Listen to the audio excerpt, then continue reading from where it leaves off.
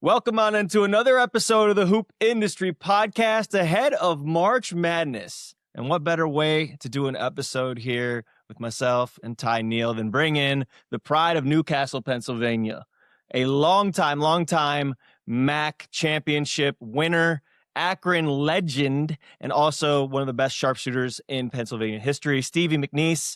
And I'm leaving out the good part here, also the founder of Run the Show, of where we are right now.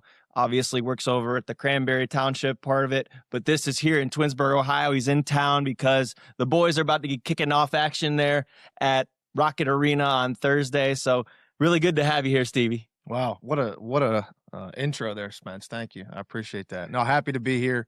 Like you said, it's a fun time of year for basketball and certainly for Northeast Ohio. Most definitely. Ty, I know you wanted to kind of get into your guys' relationship, how this all came together, and we'd be remiss not to mention Alan Deep, too, who's a big-time part of Run the Show, but let's just take it there. Let's go from scratch. We already know that you two intersected at Akron, but just like, where did this whole relationship start, and how did we get here? How are we doing this? How are we doing a podcast right now? Yeah, so it goes back to August of 2020 or 2013. I had just got done playing for my dad at Bluffton University. I'm 23 years old. I have no clue what I'm going to do. I'm I interviewed at Chase Bank. I interviewed at a headhunter company.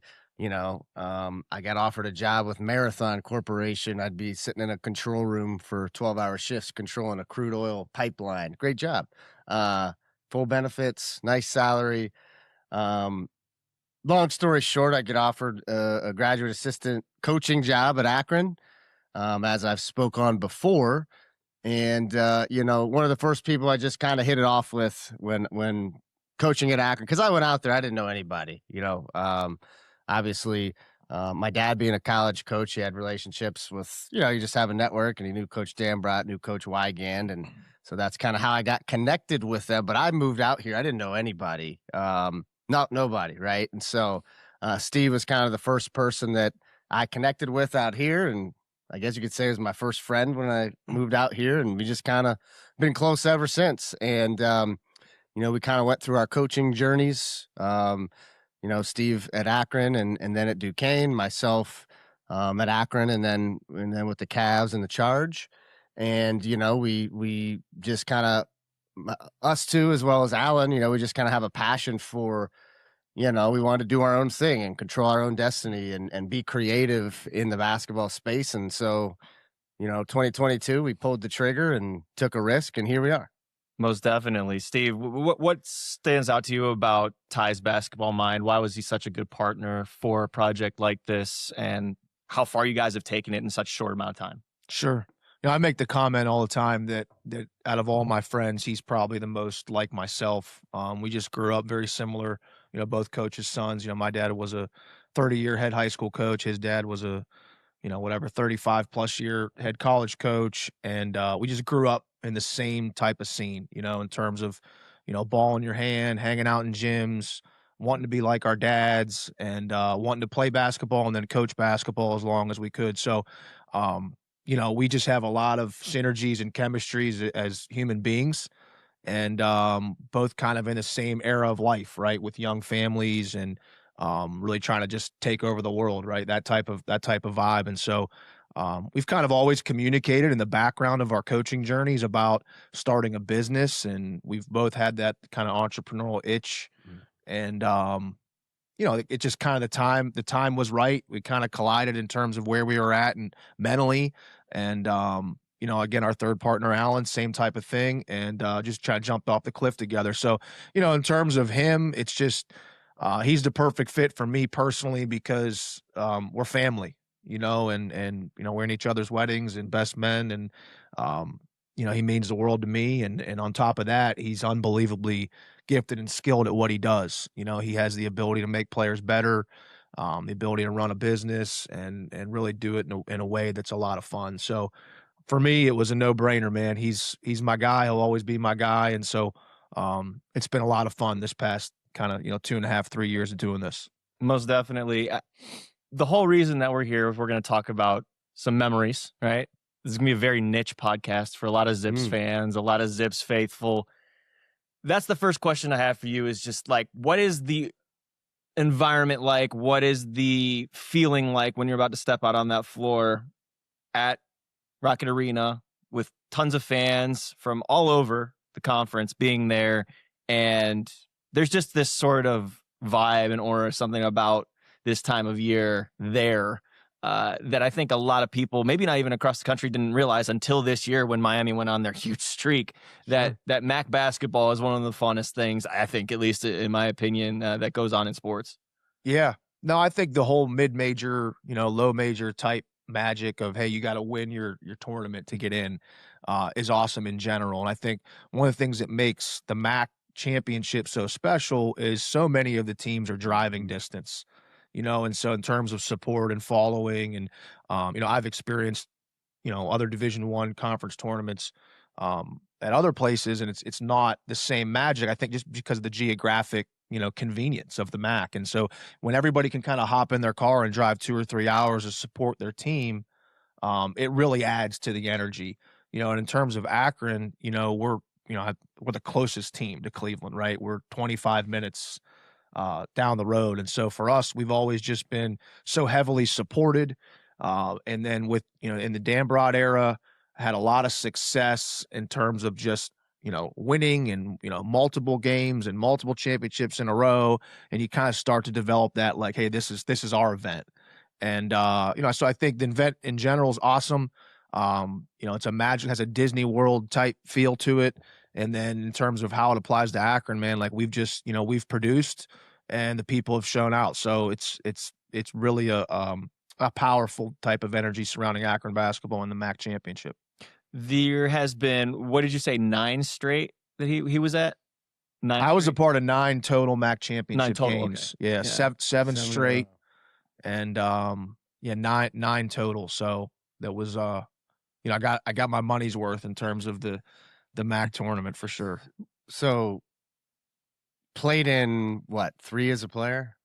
3 championship games as a player? I was a part of 5 as a player. 5 as a player. I redshirted So my first every year, year. and then I all 4 of my years I played in the MAC championship, 1, 2 of the 4. Yeah.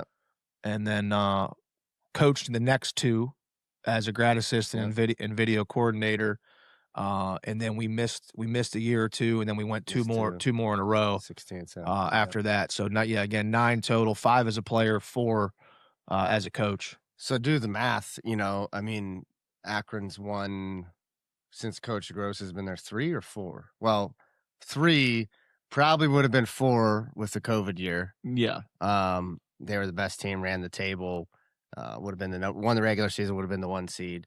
So if you do the math, you take those numbers where Coach Dambrot era, how many? It's like 20. It's 20 like, win it's seasons, been like 20 years, right? If you look at a 20-year period been there of time, 15 out of 20 years, basically. something like The that. Zips. So that's it's the Remarkable. Zips. 13, 14 out of the last Zips event. 21. It's the so. Akron Invitational. Yeah. Alongside it being very unique in a sense of what he just said, pretty much every team's fan base, it's not a hassle to get there. It's in Cleveland. It's not in New York City. Easy to get around. I think it's affordable. And you just have these, Akron, Kent usually plays, and that's going to draw a big crowd. Ohio, Miami, you have a lot of grads of those places that work and live here and have their families here now. But I think the energy is also special because it's like your dream is either coming true or your dream is dying. And so the stakes are just so high and it's emotional, and, it's the end of careers. It's keeping your career alive. And, so I think the energy just feeds off of those emotions, and it makes it such a great environment. What's your favorite MAC tourney memory as a player and as a coach? Well, like I said, I was fortunate enough to win 2 of them. One of them ended in a pretty cool fashion against Kent State with a kind of a block shot at the end of the game to seal the victory. Most of those games come down to 1 or 2 possessions. That's the quarterfinals, the semifinal. I mean, it's a war, and so I think those types of games are easy to remember. So I'd say as a player, The Kent State game, which that rivalry, if you're not familiar with it, is awesome. It's Duke, North Carolina. It's Michigan, Ohio State. It's in that, it's not on that level of profile, but it's the same type of energy. And so, that game was awesome as a player. And I think as a coach, like I only won one as a coach. And so that one was great, in terms of just getting that experience from a different seat, a different role in the game. And also, equally as gratifying because of what goes into coaching, right? And so, again, very blessed to have experienced those things. Been to a couple of NCAA tournaments after, like you said, those wins as a player. What was that experience like to just be a part of March Madness, even just showing up on the TV, being a part of the selection show, all of that fun stuff that comes with this time of year? Just seems like it's different when you win your tournament, but then you're into the big dance after that. Sure. Yeah, I think, I don't know, I kind of somewhat represent a lot of just regular basketball players growing up from a small town that have dreams and aspirations of playing in the event. And, whether you're shooting around in your backyard or dribbling your driveway. And, for me, it was never about, hey, I wanted to play in the NBA for whatever reason. I don't know. It just, in my mind, it was like, I wanted to play in the NCAA tournament. And so, getting that experience and enjoying that is just, those are some memories that, certainly you cherish and hold on to. And like I said, it has a Disney World feel. The whole thing has this magic around it. You know what I mean? This kind of this aura and energy of it just being so special and surreal. And, like I said, I'm very fortunate to have done that. You guys were a 13 seed, I believe, in 09 and a 15 seed in 11. Yes, that's right. We had probably two of the toughest matchups possible. The first one we played Gonzaga in Portland. They had, I think, 4 NBA players. So Gonzaga in Portland, right? Basically a home game for them with 4 NBA players. Mark Few, Pargo. Pargo, Austin Day, Mhm. Heitfeld, Bolden. Yep. A couple that they had a tough team. And we were up 4 at half, feeling real good about ourselves, celebrated like we won the game. And ended up losing by that one, I don't know, right around 10 or so. And then I had to play I had to play Notre Dame on St. Patty's Day, downtown Chicago. The Green River. Oh Yep. my gosh. So two, like I said, two kind of decks stacked against you games, but awesome experiences. Both games were competitive, lost them both, but tough draws for sure. I can't imagine. Ty, what about you? What were your favorite memories about this time of year with the MAC tournament and then even NCAA tournament being a part of that? Yeah. Well, I wasn't fortunate enough to make an NCAA tournament as a player or as a coach. Got close, and someone always, I forget who said it, maybe Mikey D, but I'll never forget him saying this. Hey, winning it is the best feeling in the world. Losing the MAC championship game is literally the worst feeling in the world. So, my kind of closest opportunity to winning it was 2016. We had a phenomenal team, ran the table in the regular season, 13-3 in the MAC, regular season champs. We're playing well. It was ours to win. And we had kind of a crucial injury the week leading into the MAC tournament. One of our starters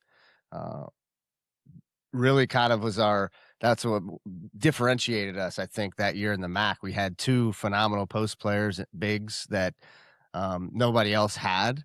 And so it was like, hey, you bring one in, right? He does his thing, then you got the next one coming in. And it's just like the opponent, they just couldn't get a break. And so that's what really, I think, separated us. And not having the one in going into the MAC tournament, I think we still should have, and we're the better team, but I think it really hurt us. So anyway, the story goes we're one stop away, right? We're playing Buffalo in the championship game, and we're one stop away. And it's like, hey, we're doing it. We're going to do this thing. And next thing you know, Blake Hamilton banks in a 28-foot step back with about, I think, 5 seconds to go. I'll have to pull the clip up, but literally the worst feeling in the world. And because you're right there, you're one stop away, and you're sitting there watching. I can still place myself in that moment. that shot banks in and your stomach just drops to the floor. And it's just literally the worst feeling in the world losing that game.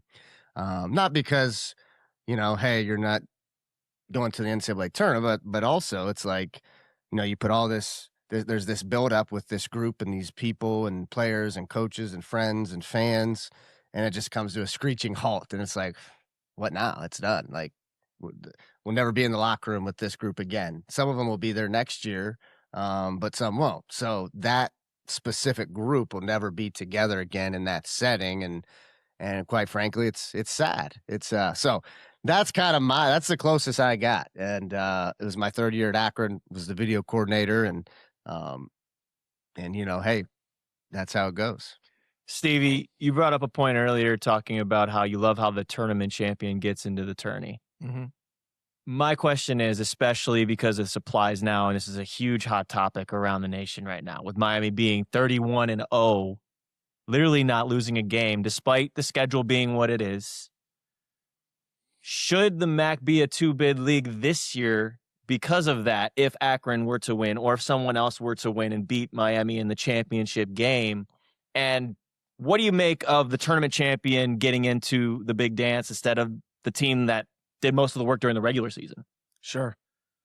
Well, I have a few thoughts. One of my main tasks as a coach during my time in college was to do the scheduling. And as we've mentioned, the Keith Dambrot teams had a lot of success, especially at Akron and then even at Duquesne. And we're in that mid-major mold, right? And one of the things that people don't understand is scheduling is a two-way street, right? And there's money involved a lot of times. And I promise you this, nobody is playing Miami of Ohio this year. They're coming off a really good year the year before. And so in order to schedule those opponents, like it's not like football where they contract 6 years out. Like this is, they scheduled after last season, right? And that's just the nature of the business. And, I don't want to speak for them, but I bet you they had a heck of a time scheduling good opponents. And so you can't blame them for nobody wanting to play them, number one. Number two, they're absolutely in the tournament. No questions asked. Like I would be shocked if they weren't an at-large, and they have earned that. And so in terms of the tournament champion versus a regular season, that people I saw Billis was talking a little bit about, those guys were talking a little bit about that the other day. I think you do need to kind of cook the books to have your better teams play in the semifinals, and the MAC did that for a while. I think they got away from it, where your top 1 and 2 seeds. Is that still the case? I'm not sure. They used to make it to the semifinals, which gave your better teams the opportunity to probably make the championship, playing, to get your best teams in it. I think that's good. I think that's good business. I mean, you battle over the course of 3-4 months to earn those seeds. I think that's a nice thing. But I think the tournament sending that team to the to the NCAA tournament is an awesome thing. I think that culminating event is absolutely the answer for entertainment and for just sheer purpose. Most definitely. What do you think?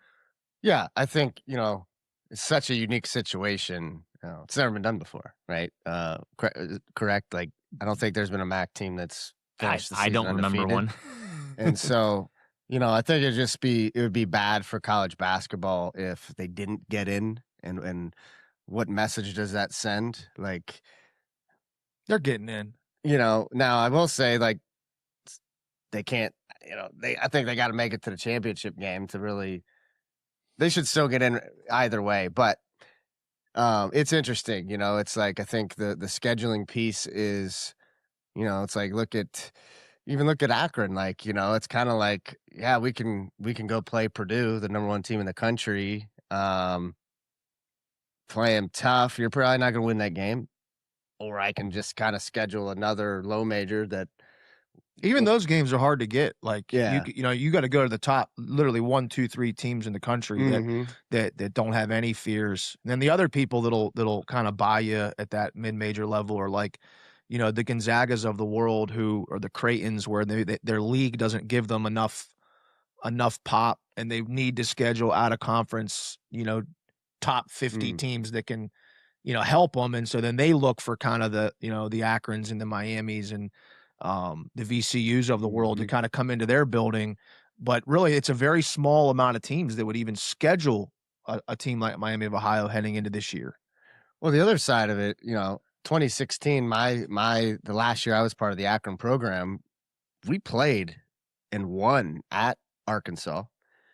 We played and lost at Villanova. We played and beat teams like USC, Southern Cal. We beat South Carolina in a neutral event site, and we played Miami of Florida team that was a top 25 team in the country at the time at a neutral site, and played them tough and lost. For a MAC school, you're not really doing much better than that in terms of not only playing, tier 1 teams, but also getting a couple of wins. And if you run the table in your conference and you lose at the buzzer in the championship game and you still don't get in, it's kind of like, well, why am I scheduling these teams, right? Why not just schedule all winnable, wins for your non-conference schedule and then just try to be the best team in your conference? It might be the recipe right now.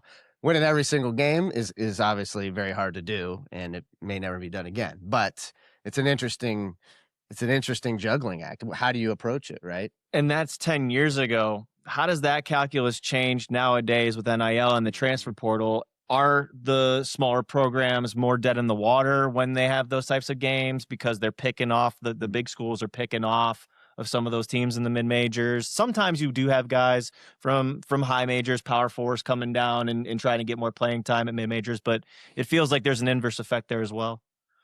A lot of it too. I mentioned the scheduling. Like you're scheduling in March, April, May, June, and rosters aren't even done yet now. So what's different? Like it used to be, you do your homework and you would know very detailed what type of team you were going to play. Like if you schedule somebody in April, their roster was set. You knew who was returning. You could see who signed with them, and you had an idea who you were going to be playing in November, December. That's not the case now. Like now you're scheduling teams, and buying teams. So, when a big team buys a small team, they're paying money to have them come to their place. And often, like, you don't know what they're going to have, right? You're rolling the dice on, hey, they might have a good NIL situation and buy a good player or two that then bites you, or maybe you're buying somebody that stinks. And in the world of scheduling, especially at the high major level, it's just so vital that they build the campaign the right way. And so I think there's a little bit of unknown nowadays compared to 10 years ago. 10 years ago, you could be a little more calculated. And like I said, very different than football. Football, they contract it out. It's more from an administrative level, and it's years in advance. In basketball, you do have some series, some 2-year series, or, in some cases a 3-year deal, but those aren't, very, very frequent. And they're pretty much 1-year type things that you're doing in the spring after your season. Yeah. Less than 3-4 years at a school now too, for a lot of players. So as you said, that unknown effect probably is really tough. I thought it was awesome. I had a conversation with Luka Garza the other day. Remember how that guy was the talk of the town for all that time at Iowa, and he's obviously playing a good role as a third big on the Celtics right now. But it was a great conversation because we just kind of talked about how, like, they sucked his freshman year, and he could have just went somewhere else. The way that players are just kind of jumping here and there, and the calculus has just changed so much at the college level. And Ty's gone on his rants on this podcast plenty of times about that stuff.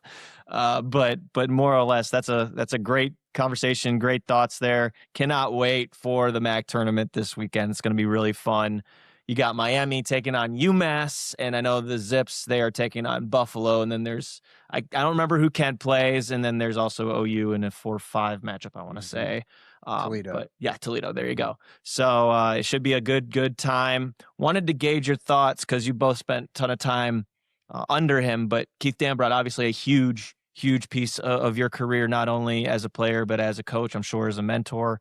You spent, a decade with the guy? So I would love to know how you kind of picked his brain, whether it was at Akron, whether it was at Duquesne, or even now maybe when you keep in contact with him, like what was his biggest influence on you? Sure. I spent age, 18 to 34 with him. So, he met me at age 16, 17 as a young man. And, by the time I stopped playing and working for him, I had children of my own. So, we kind of grew old together, him and I, him a little older than me, but, in terms on the basketball side of things, just a defensive genius in terms of discipline, toughness, and how to play defense the right way. And I certainly was not. I was raised in an offensive house. My dad is a ball skill guy and put the ball in the basket guy, a little more than him. And so he kind of taught me a lot about, how to play defense the right way, how to get the most out of myself, and then also how to get the most out of my players, in terms of just how to play and the level of intensity and discipline, on top of all just the scheme. And so his defensive stuff was awesome. And then his approach to life, very special, in terms of how he attacked his days, and I say it all the time when people reference him. Like, I think he would have made $1 million a year doing whatever he wanted to do. He just kind of had that ability to grind, and a very, very smart man. And he chose basketball. He wasn't a college player. He played college baseball, and so he chose basketball, and unbelievably successful. And again, taught me a lot about how to be a detailed, disciplined professional. And so, very, very thankful and appreciative for that, because I'm kind of like I want to say I'm like a, wing it kind of guy, but I got a little more just like confidently running down, and he's a little more like, whoa, like, let's sit down and look at this type of thing. So he helped balance me out as a human being. Got any stories from the road between you two? Oh yeah, there's a lot of stories. What's one that sticks out? I think it's a good question. There's so many memories. I got a thought on it. So I was the director of basketball operations, which was like the at that time the kind of the lowest full-time coach, and I was younger, and so we had 4 grad assistants, which was a lot really at that time, and then managers and a couple other helpers and things. So let's say there's a group of 5 to 10 guys in their mid to late 20s, right, traveling around with this team. And being the director of operations, again, I was probably the oldest one, but not by much. We're talking by a year or two. You kind of drive the ship on the trips, right? Where you're staying, how you're moving, what's going to happen. You're kind of responsible for leading this basketball field trip. And I had all these guys on one end that were like eyeballing, hey, it's Friday night in Toledo. What are we going to do socially? And on the other side, I got 35 people that are like, we're responsible for running a good trip here, right? In terms of like, we're trying to win the ball game. We got to hit every single minute to a T. Your camp counselor. And so like the balancing act for me of like, hey, what are these guys who are, helping me? What are they looking to do socially? Number one, am I going to join them at all? Number two, are we going to get caught? Number three, like, should they be going at all? Because, when you're 24, 25, 26 years old, you're jumping on social opportunities. So I think for Ty and I, it was, we had fun, number one. Then number two, like we learned a lot about just growing up, and when to, hey, you got to go to bed early, and when to, hey, pounce on a social opportunity. So we kind of played that juggling act. One of my, I think, not only an Akron memory, a basketball memory, but just a memory in general that I'll always think about, because I love the holidays.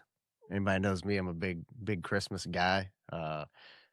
So my first year, and my going to Akron was like, I grew up in Bluffton. I went to high school in Bluffton, which is a small town in Western Ohio. And then I went to college in Bluffton, where both, my dad was the coach. My mom worked at the university as well. So, while I was at college, I was still in my hometown, and I don't want to say things were easy, but things were convenient, right? And I worked hard, and I earned what I got. But coming to Akron really forced me to just like grow up and be away from home, and had to do really hard things, like working for somebody like Coach Dambrot is demanding, and I'm glad it was, because now everything I've done professionally is, it's like, I can handle that. You know what I mean? And so for me, going there was just, I had to really grow up and learn how to work just really work hard. And so one of my best memories was, okay, hey, I moved out here in September. A couple months later, right? We're playing an event over Christmas in Hawaii, the Diamond Head Classic in Honolulu. First time I ever was away for Christmas, right? So again, it just kind of plays into like I had to really grow up, but I'll never forget, hey, Christmas Eve, we played South Carolina the next day at like a noon game, Christmas Day. But Christmas Eve, we said, hey, we're gonna enjoy Christmas Eve. We rented mopeds, okay, and we're cruising around a mountain in Hawaii. On Christmas Eve, you got Christmas lights in the palm trees. We're playing Christmas music, and it was just kind of like, man, the first time you're away from home on Christmas, and this is what you're doing. Just I'll always remember that, and so that's one thing that sticks out, and for a lot of reasons. I don't know if you can top that Christmas Eve. Great Christmas Eve. I mean, yeah, you're in Hawaii, you're cruising around a mountain on a moped, on a little motorcycle, and there's Christmas lights and palm trees. You got Frank Sinatra Christmas music playing. So just a great memory. Yeah. I'd trade that holiday for some of the ones that I've had. I'm not going to lie. Now I'll say this. We got our ass kicked the next day. Frank Martin, South Carolina. Then Now at UMass, by the way. now at UMass. Then we had to fly Christmas night from Hawaii to Columbia, South Carolina to play South Carolina in a regular game, I believe on the 27th or 28th. They kicked our ass again. Was that So- Sindarius Thornwell's team? Thornwell, yeah, they were tough. They had some pros. They were big, strong, physical. I will say we did beat them the next year in a neutral event, but so good It was memories. bad scheduling. Bad scheduling. Bad yeah, scheduling. yeah. Shouldn't We're do that. Trying to schedule the big boys. So You said you were part of an offensive household growing up. We would be remiss not to mention your records in Pennsylvania, being a top 15, I think it was. I read that you were in scoring at Shenango. What were your favorite times in high school there, and how did that prepare you for the next level at Akron and such? And then we'll obviously get into what you're doing now. Yeah, I've only wanted to be involved in basketball. Again, I grew up in a household. My dad was a head high school coach, and he played at Division II Slippery Rock as a player. And so my dad just walked like a player, moved like a player. And from an early age, I just wanted to be him, in terms of just growing up and having basketball be the centerpiece of my life. And so, I fell in love with the game at a young age. And, my dad had the ball in my hands, and anybody that knows, like, basketball, like, you have to put time in. You have to be, the skill development has to be there. And so he had the ball in my hand, and I was in the gym a lot. And so I started to get okay. And like anything at a young age, if you're good at it, you kind of want to keep doing it. And so it just kind of kept building momentum, and had a great playing experience under him. And then was fortunate enough to go on and get play at the college level, and really enjoyed that. And I went overseas to play after my time at Akron. And I got about 6 weeks in and realized that I was entirely too American. And Austria, right? Yeah, I was in Austria, and I'm glad I went, and I'm glad I decided to come home, because it just the lifestyle wasn't exactly for me. And like I said, I've had a lot of teammates and friends that go on and really enjoy that life. But I wanted to get everything I could out of playing, which I did. And then now I'm 15, 16 years into my my professional career as a adult. And it's been all basketball. So, I kind of joke around, like, I can't start my lawnmower. I can't hang a television on the wall. Like, my skill set is very, very siloed. And so I just try to just do what I'm good at. And so for me, basketball is not only a passion, but kind of my purpose. Shot a lot of threes, too.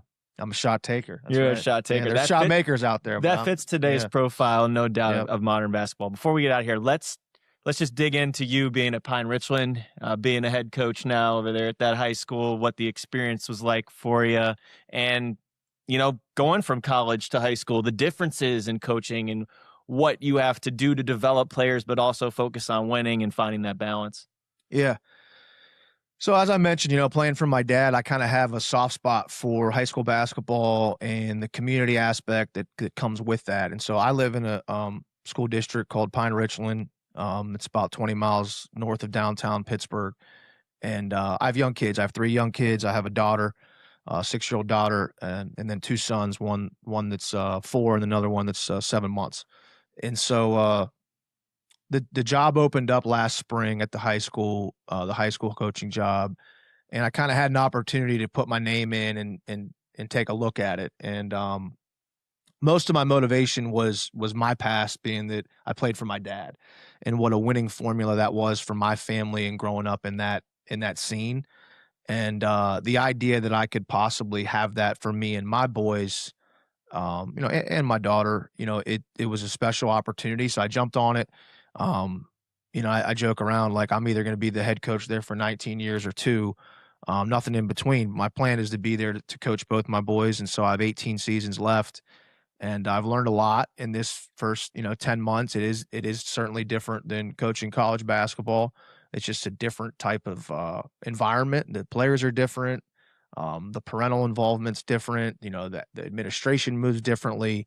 But honestly, I have enjoyed the differences. I've really treasured the relationship piece is awesome. That's kind of gone out the door in college a little bit. And so the idea that I can lock in with 9th and 10th graders and build relationships with them and their families, and sure, you always want to win games, but I don't, you don't remember, whether you won 20 games or 14, you remember the relationships and the people that impacted you. So I'm very excited about the platform I have to impact a community and, do it through the game of basketball. So very much looking forward to the future with Pine-Richland. It's the vision with Run the Show the rest of the way here. What are you looking to do? What are you looking to accomplish? And you're obviously off to a great start in 2 different places. Yeah. I think for Ty and I, again, being coaches' sons, like we're both man-made. Like, I mean, I'm a little bigger than him. I'm 6'2", but that's small, in the world of hoops. And Ty's 5'8" in shoes. So, for us, we had to become, man-made ball players. And so we believe in that. We believe that you can grind your way to relevancy in a sport filled with size and athleticism. And so we've built a business around kind of that concept, that you can put the time in it and reap the benefits, both, physically and emotionally. And, we've kind of taken our experiences at the NBA and Division I level and kind of made those types of services and treatment purchasable to the public, purchasable to young people. So for us, we have a facility here in Twinsburg, Ohio, and then one in Cranberry Township, Pennsylvania.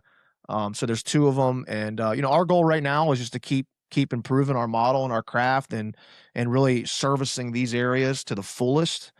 And, if we can continue to grow and get better, we want to carve out a big niche in the basketball training space on a regional and then hopefully national level if we're lucky enough. And so right now we just got to keep getting better. And, I think in due time we will grow. Chop wood, carry water, nose to the grindstone. Love it, love it, love it. MAC championship predictions. We'll go with you first, Ty. Oh, it's a no-brainer. Akron Zips, man.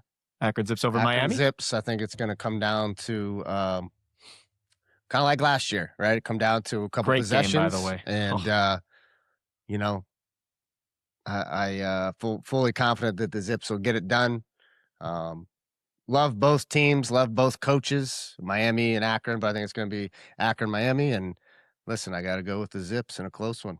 And I hope both teams do get in. That'd be a great thing as a MAC fan, to finally have 2 teams get in for the first time since 90, I think 99, Miami. It was Wally Zerbiak. Here. So Zips, but I'd love to see both teams in the NCAA tournament. You know who I got, Spence? I do know I got the Zips bringing it home. We're going to make it a clean sweep, unanimous here. Go Zips. Hopefully we get a good game. Last year, I'll tell you what, though, if Akron lets Miami take a lead like that this year, it might be a different story. So they got to be on their P's and Q's from tip-off as soon as that game starts on Saturday. But first, they do got Buffalo, and so Miami also has UMass. They got to get there first. And Akron does have Kent on their side of the bracket, and Miami has OU on their side of the bracket. So we do have some rivalry potential in the semis. I got to quote a movie here. The Waterboy, right? Vicky Valancourt's on the sideline. They ask her what her prediction is, and she gives out a score. And the commentator goes, "Well, thanks for your prediction." She goes, "That ain't a prediction. That's what it's going to be." So I'm willing to say that's what it's going to be. It's going to be Akron and Miami, and I can't wait for it. Well, for me being your proverbial Lynn Swan, I will end Lynn the Swan, podcast on that note. Stevie, thanks so much for stopping by, man. This has been an awesome time. Excited to see you at Rocket Arena this weekend. Everybody, hope you enjoy the MAC tournament. Hope you enjoy the NCAA tournament. Ty and I will be back with another episode soon enough, but until then, enjoy the hoops, and thanks for listening.